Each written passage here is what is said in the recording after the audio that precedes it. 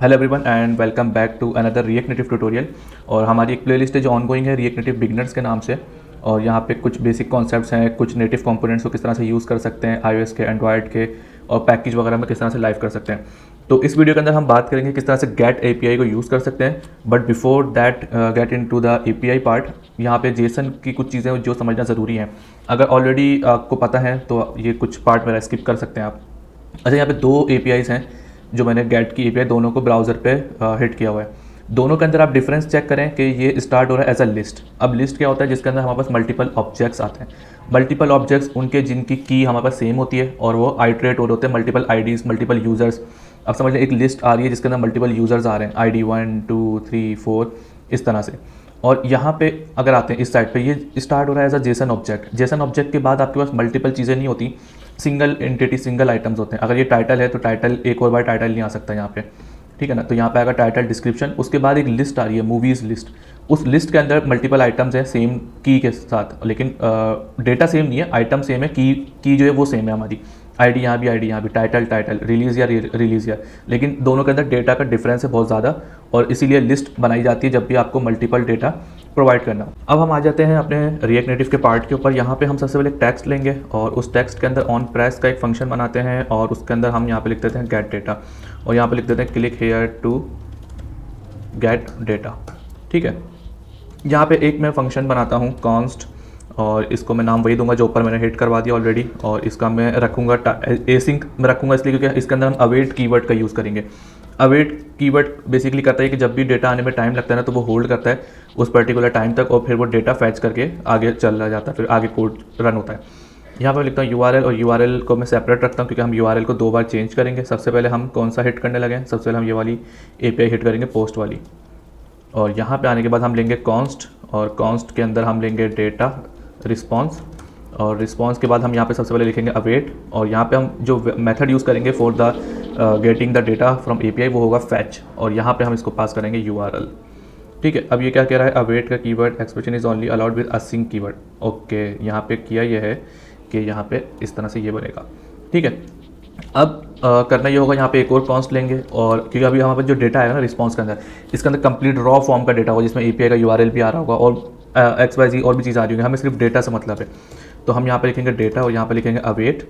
Response को हम convert कर देंगे किसके अंदर? जेसन के अंदर, और ये हो गया हमारा कंप्लीट। अब हम क्या करते हैं, यहाँ पे हम बनाते हैं console.log, और लॉग के अंदर हम यहाँ पे लिखेंगे डेटा, ठीक है जी। अब मैं इसको करता हूँ रन। ओके, तो एप्लीकेशन मेरी रन हो गई है, और एक बार दोबारा देखते हैं। हमने पोस्ट की API यूज़ करी, डेटा फैच हुआ, उसको जेसन में कन्वर्ट किया, और उसको यहाँ पे प्रिंट किया। तो हमारी एक्सपेक्टेशन क्या है कि जितना भी डेटा है ना पोस्ट में, वो सब प्रिंट हो जाना चाहिए।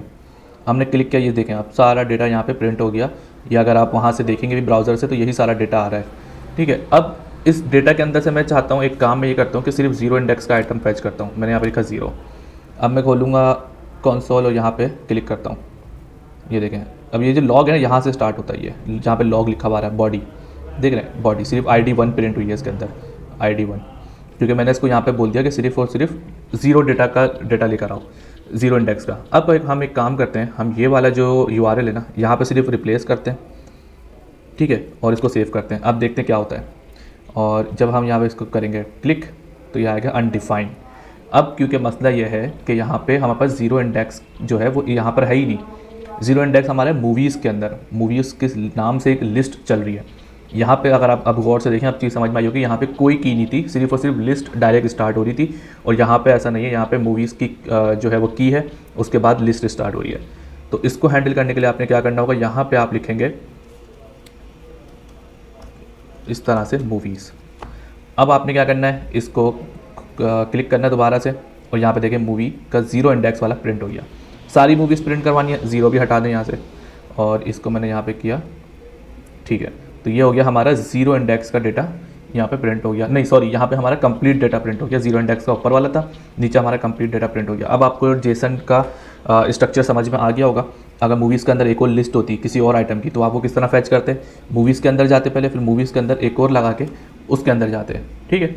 ऑलराइट, तो हमने जेसन अलग अलग फॉर्मेट के अंदर जेसन का डेटा देख लिया, किस तरह से हम कैट करवाते हैं, किस तरह से हम प्रिंट करते वक्त उसकी वैल्यूज़ के साथ हम आगे पीछे खेल रहे थे। अब टाइम आता है कि हम इसको एज अ फ्लैट लिस्ट के अंदर यूज़ करें। तो नीचे जो मेथड बनाया इसको मैंने उठा के ऊपर डाल दिया यहाँ पे ऐप के अंदर, और यहाँ पे मैं एक स्टेट बनाऊंगा। स्टेट बेसिकली इसलिए होता है कि स्टेट के अंदर हम फ्लैट लिस्ट के अंदर डेटा यूज़ करेंगे, यहाँ पे जिस तरह ना एक डेटा, और इस डेटा के अंदर एक हमारे पास टाइप होगी सेट डेटा। जब भी हमारे पास API से डेटा आएगा, हम सेट डेटा को डेटा देंगे ना, तो उसका कॉलबैक फंक्शन जो है डेटा ये फ्लैट लिस्ट को मिलेगा, फ्लैट लिस्ट उस को प्रिंट कर देगी। तो यहाँ पे मैं लिखता हूँ यूज़ स्टेट, और यहाँ पे मैं लिखता हूँ एनी, और यहाँ पे इसको मैं कर देता हूँ बन। ठीक है, अब करता मैं यहाँ पे ये हूँ कि मैं यहाँ पे लूँगा फ्लैट लिस्ट, और फ्लैट लिस्ट को मैं करूँगा इस तरह से बन। और फ्लैट लिस्ट के अंदर दो चीज़ें होती हैं हमारे पास, एक होगा डेटा, और डेटा के अंदर हम प्रोवाइड कर देंगे डेटा, कौन सा वाला, ये वाला, ठीक है ना। और इसको कंप्लीट कर देते हैं डेटा, और इसको यहाँ से हम ले जाएंगे ऊपर, और ये डेटा यूज़ हो गया हमारे पास। ठीक है, अब यहाँ पे एक चीज़ होती है यहाँ पर रेंडर आइटम, और रेंडर आइटम के अंदर क्या होगा, जब भी आइटम इसके बाइंड होंगे ना, तो हमें एक आइटम के अंदर वो चीज़ मिलेगी। उस आइटम को अब हम प्रिंट किस तरह से करवाएंगे, यहाँ पे एक लेंगे व्यू, और इसको यहाँ पे हम व्यू लेने से पहले यहाँ पे एक राउंड ब्रैकेट, और इसके अंदर हम लेंगे व्यू, और इस व्यू को हमने कर दिया बन। और इस व्यू के अंदर हम लेंगे एक सिंपल सा टेक्स्ट, और उस टेक्स्ट को यहाँ पे ठीक है, तो यहाँ पे इसको हमने टेक्स्ट कंप्लीट कर दिया, और इस टेक्स्ट के अंदर हम करली ब्रैकेट लेंगे, और करली ब्रैकेट के अंदर हम लिखेंगे आइटम डॉट ID। ठीक है, अब होगा ये कि जब भी हम इस टेक्स्ट के ऊपर क्लिक करेंगे ना, तो ये गेट डेटा को कॉल करेगा। गेट डेटा API से डेटा लेकर यहाँ पे क्या होगा, यहाँ पे होगा सेट डेटा जो हमने बनाया था ये वाला, और इसके अंदर ये सेट करवा देगा डेटा। ठीक है जी, तो अब हमारे पास काम हो गया कंप्लीट। अब हम अपनी ऐप के अंदर जाके इसको एक बार रन करते हैं एप्लीकेशन को। ठीक है, तो एप्लीकेशन हमारी रन हो गई। अब मैं क्लिक हेयर करूँगा तो मेरी एक्सपेक्टेशन ये है कि API हिट हो, API में से जो जितने भी आइटम्स आ रहे थे उनकी ID नीचे एज अ लिस्ट के अंदर प्रिंट हो जाए। तो ये मैंने किया क्लिक, और ये देखें नीचे कंप्लीट स्क्रॉल के साथ सारी ID प्रिंट हो गई। अब मैं अगर इसको यहाँ से ID को हटा के मैं यहाँ पे कर दूँ इसको टाइटल, तो ये यहाँ पे सारे टाइटल्स प्रिंट हो गए। ठीक है जी, अब आपके पास टास्क ये है कि मैंने आपको ये वाली API करना सिखा दी है, और इस API के बारे में मैंने आपको बता दिया कि इसका डेटा किस तरह से निकलेगा। तो अब आपने मूवीज़ का डेटा फैच करना और टाइटल्स अपने पास प्रिंट करने हैं, तो इससे आपकी एक प्रैक्टिस हो जाएगी। और अगर कोई कन्फ्यूजन होती है तो आप मुझसे कमेंट सेक्शन के अंदर पूछ सकते हैं।